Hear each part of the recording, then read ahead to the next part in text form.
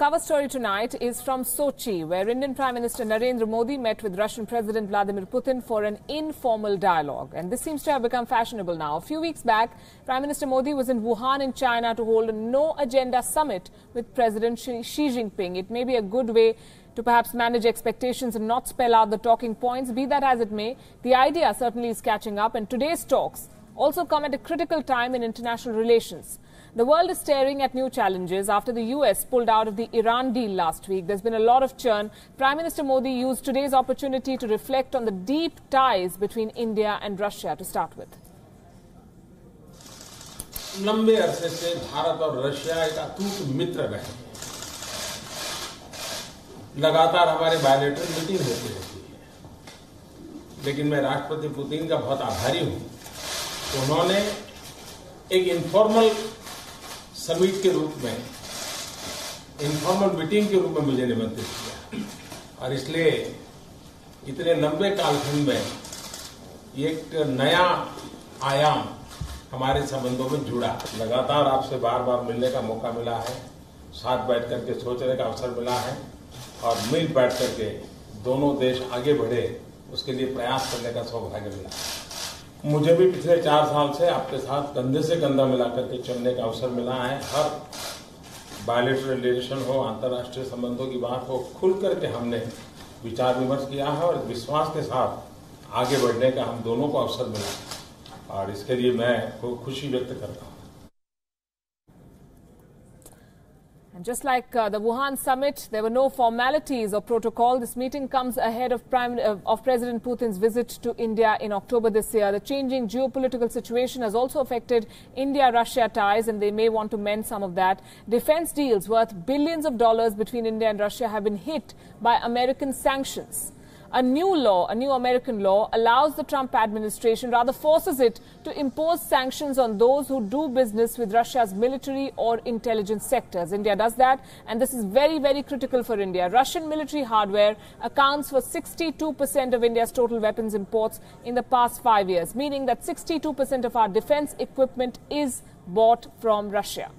India is also in talks with Russia to buy 5 S-400 long-range surface-to-air missile systems. Washington's decision to slap sanctions, fresh sanctions on Iran, could also upset India's plans in Tehran. Before the Prime Minister's visit, top officials from the Indian government had paid a visit to Russia to do the groundwork. The Defence Minister of India, Nirmala Sitharaman, National Security Advisor Ajit Doval and Foreign Secretary Vijay Gokhale had all held talks with top Russian officials.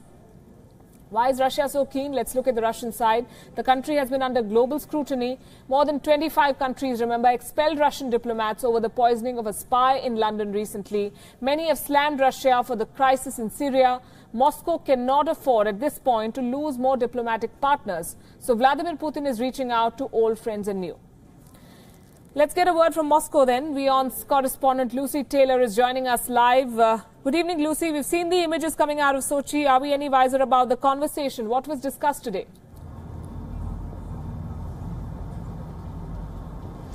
Yes, well, this was a meeting between two world leaders who enjoy what they call a privileged strategic partnership. They already meet annually, as you may know, but this was on top of that. This was an extra informal meeting, and as a result, they kept a lot of what was said private. Prime Minister Modi is in Russia to visit the St. Petersburg Economic Forum, which is later this week. But for today, he was meeting President Putin in Sochi, in Mr. Putin's own residence there. We didn't hear very much of what was said. As you said, they didn't have any of the formality, the formal proceedings that they might normally have if it was a more public meeting. This was a meeting between two people to really discuss the issues. But we have heard a little bit from the foreign minister, the Russian foreign minister, about what was discussed. He said that they, first of all, emphasised the important business partnership between Russia and India. They spoke about the growth in bilateral trade, 20% growth apparently in 2017, and they said that in the last few months of 2018 it has grown even higher than that. And he said several other issues related to the region, related to security, combating terrorism, related to the regional blocs that both Russia and India are in. But as you said, particularly issues affecting the region in particular. So what we were told was that they were discussing military technical cooperation. We can imagine that that will involve weapons sales, as you were saying, which are very much important to both countries. Russian arms are sold to India. Russia is a big supplier of India's arms. And very much affected by the US sanctions, which are being introduced at the moment. So we can imagine that was a big part of what was said. Indeed. Lucy, are defense ties with India the mainstay of relationship, this relationship for Russia? How does Moscow see Delhi in the global pecking order?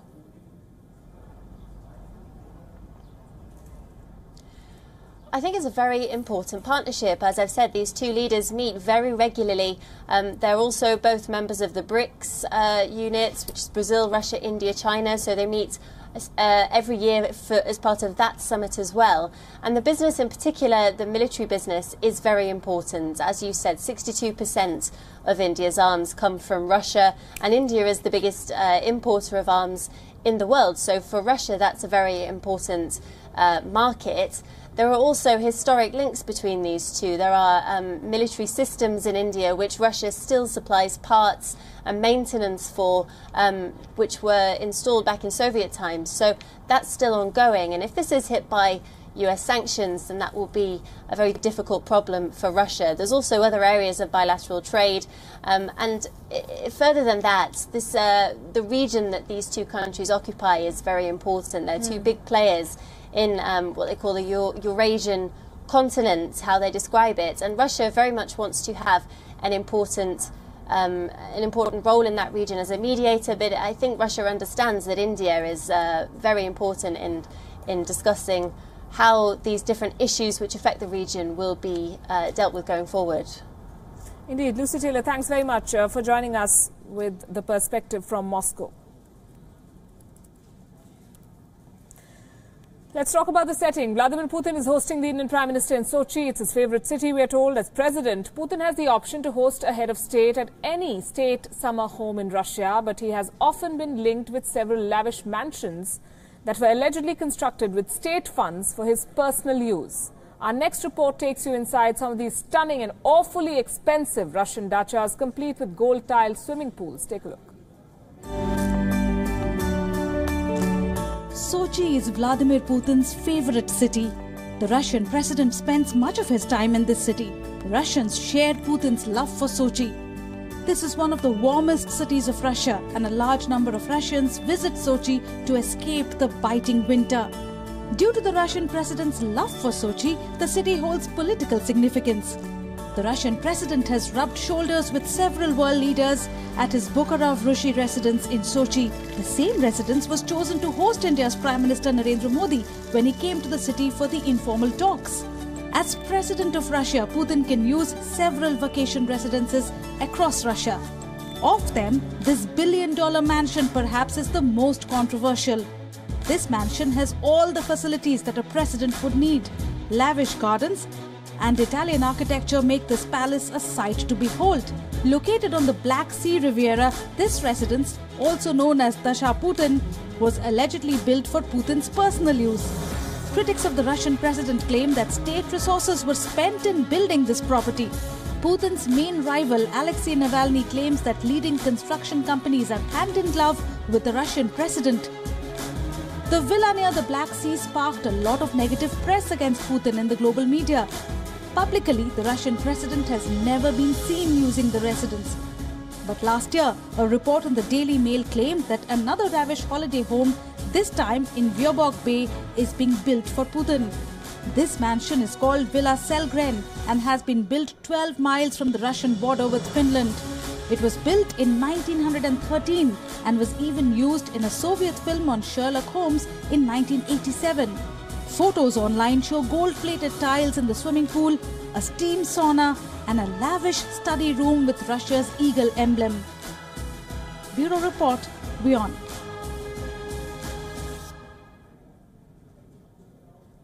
Now, they've been a familiar sight in successive Republic Day parades, and for many years, columns of T-90 tanks rolling down Delhi's Rajpath, also models of the Su-30 fighter jets or the aircraft carrier Vikramaditya, all testimony to the 3 decades and more of India-Russia defense relationship.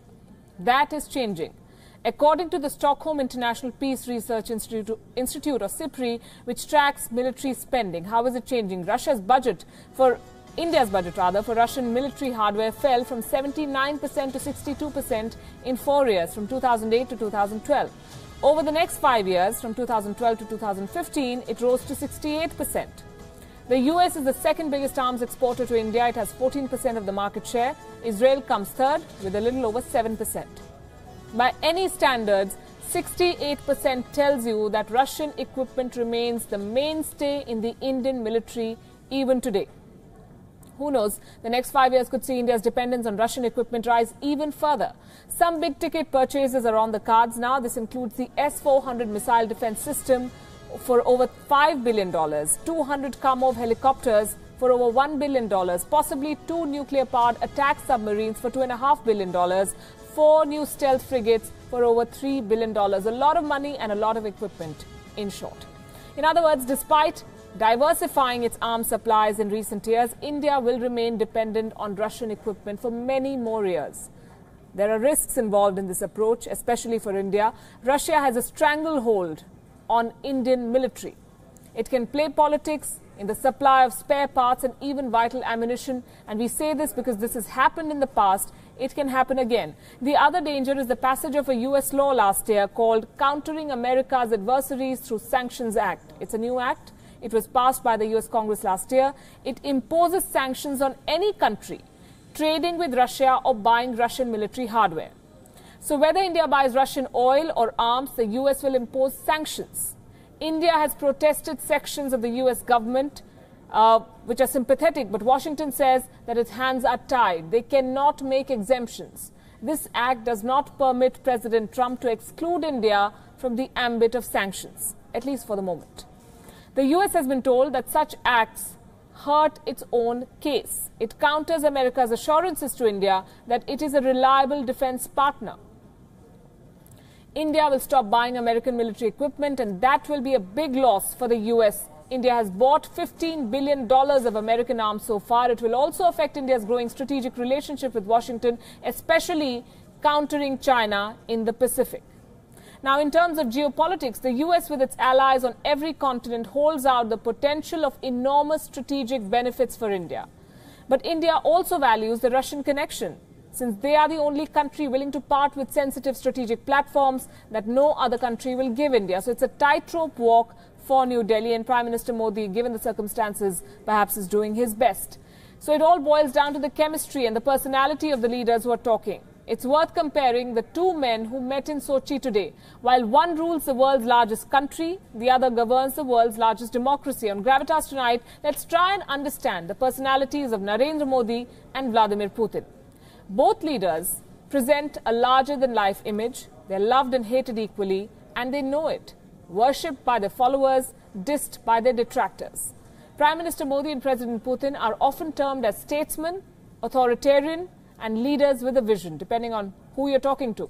Their ideologies have been shaped by the organizations they belong to. For Prime Minister Modi, it's the RSS. For President Putin, it's the KGB.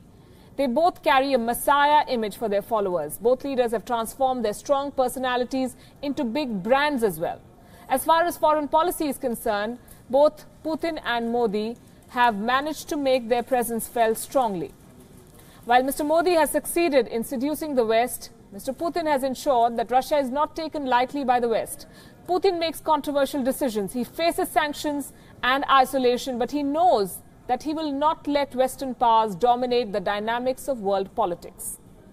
As for Prime Minister Modi, his numerous foreign visits might irk his critics, but his followers believe that India's image has improved only because the Prime Minister of India chose to break the ice. Both leaders are terrific orators. Their speeches and their skill to touch the right chord among the voters has ensured them handsome political rewards. The speeches are high on rhetoric and hyper-nationalism, some would say, and this seems to have worked for both of them. Another similarity between the two leaders is their politics of masculinity, some say. Both leaders bring in that macho image to their personality. They're assertive, they're fierce, they know the tricks of the trade and they use them well.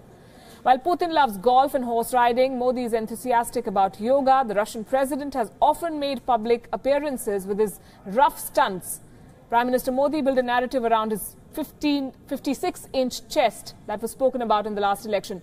Both leaders are excellent in perception management and they are performance-driven. They differ on many levels as well. Those who work with Prime Minister Modi swear by his punctuality, but the same cannot be said about President Putin. Those who have had to wait because of Putin's legendary tardiness include the Pope himself, John Kerry, the Queen of England, his ex-wife, and even the parents of children who were killed in a plane crash. Another contrast between the two leaders is their approach towards social media.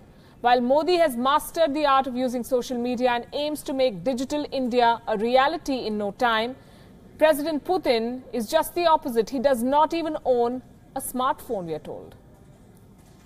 The United States has threatened to impose the strongest sanctions in history against Iran if the country's leadership did not change the course of its foreign and domestic policy. Weeks after the United States pulled out of an international nuclear deal with Iran, U.S. Secretary of State Mike Pompeo has now spelled out a hardline approach towards Tehran. It includes working closely with the Pentagon and regional allies to contain Iran. Pompeo laid out 12 demands for Iran and said relief from economic sanctions would only come when Washington had seen tangible shifts in Iran's policies. Pompeo said the United States would also hold those doing prohibited business in Iran to account.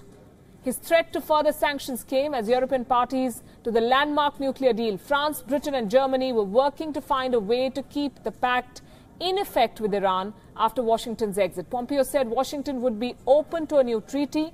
He wanted the support of America's allies.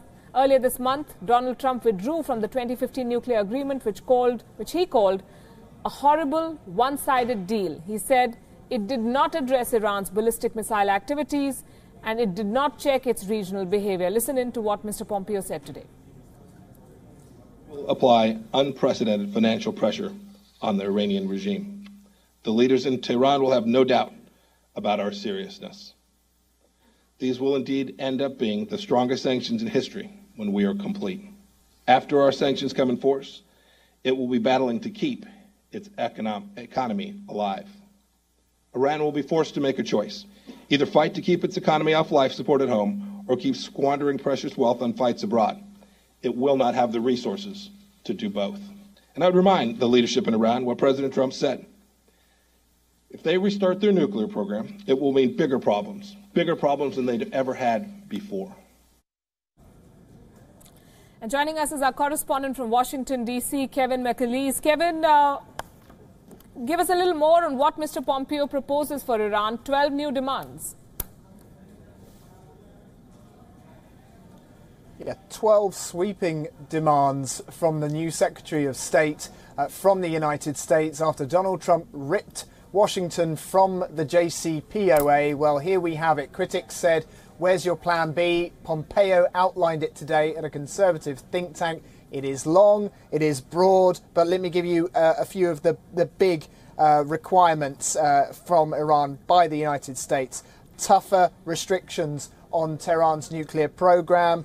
Iran must end its malign activities in the region, its funding for terror groups, curb its ballistic missile program and release all American hostages.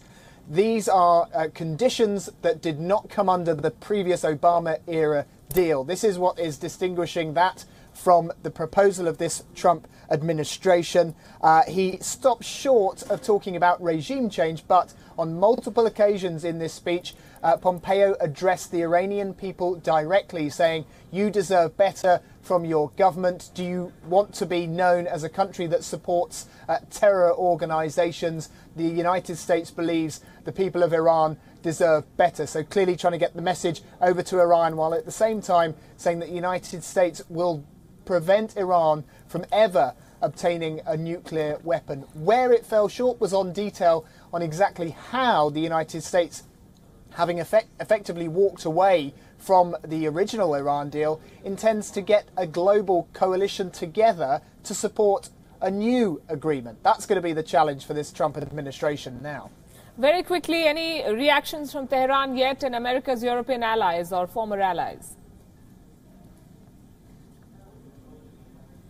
Well, we know where Europe stood. They came over here. They tried at length to lobby Donald Trump not to exit this deal. He didn't listen to him. That fell on deaf ears here at the Trump administration.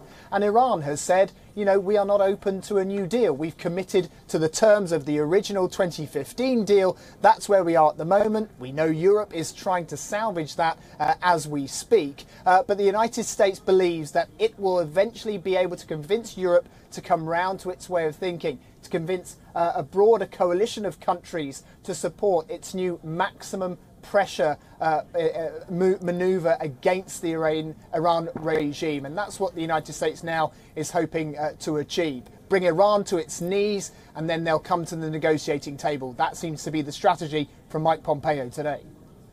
Kevin, thanks very much for that update from Washington. Governments around the world enter the last phase of their tenure in power. They do their best to keep the electorate happy. Pakistan is no different. General elections in that country are due in July, and the PMLN government faces an uphill battle.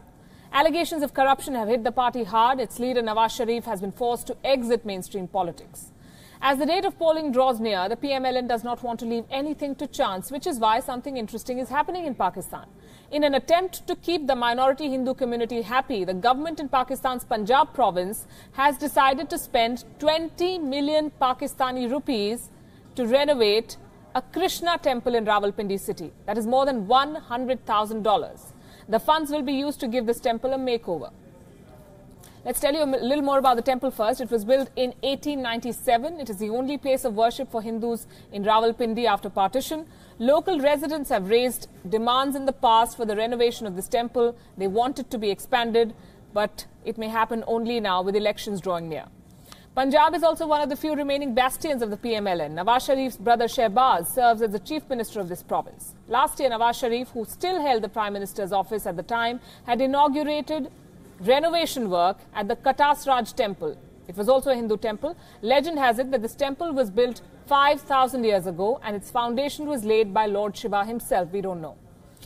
At the inauguration, Nawaz Sharif had said that his government is pursuing a policy to establish Pakistan's identity as a minority-friendly country. The question is, why does the PMLN government want to project such an image? Participation of minorities during the election season in Pakistan remains very poor, abysmally low. While 10 seats out of 342 are reserved for non-Muslims in Pakistan, minorities still remain on the fringes of the election process. Religious minorities, in fact, continue to face inequality and discrimination in that country, as a recent report by Human Rights Watch says that there has been a spike in the number of incidents targeting religious minorities in Pakistan. The maximum number of convicts charged under the controversial blasphemy law are members of religious minorities. They are targeted. In May this year, Pakistan's Interior Minister Ehsan Iqbal narrowly escaped an apparent assassination. He's known as a champion of minorities. In 2016, one of the former media advisors to Pakistan's president claimed that the population of religious minorities in that country had declined from 23% in 1947 to around 3 to 4% right now. 23 to 4%. According to a report in The Atlantic last year, Hindus constitute around 2% of Pakistan's 200 million population. At the time of independence, Hindus made up about 15% of Pakistani population. 50 years later, that number dropped to around 1.6 in 1998. That's a decline of about 50%. As of today, nearly 1.5 million Hindus in Pakistan are eligible to vote. This is the vote bank Nawaz Sharif's party is targeting. The PMLN's decision to support the Hindu minority seems like a balancing act too. Critics of the present government say that Mr. Sharif and his successor, Shahid Khaqan Abbasi, have not done enough to tackle hardline groups. Also, the deep state support to terrorists like Hafiz Saeed and Masood Azhar does not help the ruling establishment. Due to this very reason, Western investors remain reluctant to invest in Pakistan. While the recent comments by Nawaz Sharif took a jibe at the military and the ISI, the PMLN government's move to fund the renovation of another temple will needle the sectarian hardliners in this election season. We'll see how that plays out. Here's another experience that can be grueling and exhausting if you are in India. Refilling your fuel tank. Prices are soaring in this country. Today saw the 5th price hike in a matter of just 8 days. The price of petrol in the capital city of Delhi reached a record high of 76 rupees a litre. Diesel rose to an all-time high of 67 rupees a litre. India's maximum city of Mumbai saw the maximum hike. Petrol now costs 84 rupees per litre there. In Bangalore, the revised price stood at 77 rupees 48 paise. After Mumbai, the highest prices are in Chennai. 1 litre of petrol there costs 79 rupees 47 paise, almost 80 rupees. In the city of joy, Kolkata, no joy if you go to fill petrol. Petrol prices are at an all-time high of 79 rupees a litre. But what has caused the spike is the question. For 3 weeks, prices were not revised in India on account of assembly elections in the South Indian state of Karnataka. It's a bad political decision to raise prices. But after the 19-day break, prices shot up, and how? This is why. Global crude prices have been increased in the last few weeks. They now stand at $80 a barrel. The rupee is rapidly sliding against the US dollar, adding to pressure on the local currency. A lack of centralized tax on petrol and diesel adds to the woes of the people across the country, which basically means that local taxes known as the value-added tax is imposed. These taxes differ from state to state, hence the prices differ across the country. And as the price soars, the central government finds itself in a catch-22 situation. To do or not to do is the question. The government is trying to figure out what is the best course of action. The clamour is growing from all quarters for the government to soften the blow on the common man and reduce taxes on fuel. The Central Petroleum Minister indicated that the government may cut excise duties, meaning taxes, but no such decision has been taken so far. So what are we waiting for is the question. And as petrol hit a record high, the question we are asking is, why do Indians shell out so much more for fuel compared to other nations? It is because of the lack of a centralized tax on fuel. There are multiple taxes levied by the federal and provincial governments in India which add to the woes of the people. You're taxed more than once. Let's try and break it down for you. And starting with petrol, the cost of 1 barrel of petrol is more than $85 a barrel. This is the global price of crude oil. This price is charged from dealers is 37 rupees per litre. That is what your petrol seller, your dealer, pays. Add to that the excise duty, which is levied by the federal government, the central government, and that's 19 rupees, 19.5 rupees to be precise. So that goes on to your bill. And then comes the commission for the dealer, which is approximately 3 rupees 62 paise per litre. The province or the state then levies a value-added tax, which means more money for you to pay, a tax that changes in value from province to province, from state to state. In Delhi, this VAT, value-added tax, is about 16.5 rupees per litre. In all, India's national capital, you end up paying more than 76 rupees per litre of petrol. This is what it adds up to, and this is the money you pay for 1 litre of petrol in India. Well, diesel is seen as a cheaper alternative. That was a few years ago, but those days are gone, long gone now. A barrel of diesel now costs more than $90 US. This is what we're buying. The government is buying it for. The rate that dealers pay for 1 litre is close to 40 rupees. You have to do the math from dollar to rupees, but 40 rupees is what your dealer is paying. The federal government's excise duty is 15.5 rupees. So that makes it 40 plus 15.5, 55, a little more than 55 rupees. Add to that the commission paid by the dealer, which is a little less than 3 rupees. The Delhi government levies close to 10 rupees as value-added tax on every litre of diesel, and the final price that you have to pay comes close to 68 rupees for 1 litre of diesel. So exactly why do Indians pay more for petrol and diesel even when global crude prices take a hit once in a while? Now they're up, but not as high as what we're paying. Here's a look at how India's neighbours fare when it comes to petrol prices. And I should warn, you may not like these numbers. In India, petrol is the most expensive in Mumbai, as we told you, where you have to shell out 84 rupees a litre. 1 litre of oil in Pakistan, of petrol in Pakistan, whose economy seems to be in a shambles, is much better than what it is in India. It costs about 50 Indian rupees. The next most expensive country for fuel is Bangladesh, but prices there do not compare to Mumbai, as a litre of petrol in Bangladesh will set you back by an equivalent of 68 Indian rupees. So that's also cheaper. The cheapest petrol available in the subcontinent is in Sri Lanka, where you can get a litre of petrol for less than 50 Indian rupees. Nepal also hiked petrol and diesel prices recently, but they're still below the 70 rupee mark at 66 rupees 69 paise for 1 litre. So you can see Mumbai is at the highest at more than 84 rupees a litre.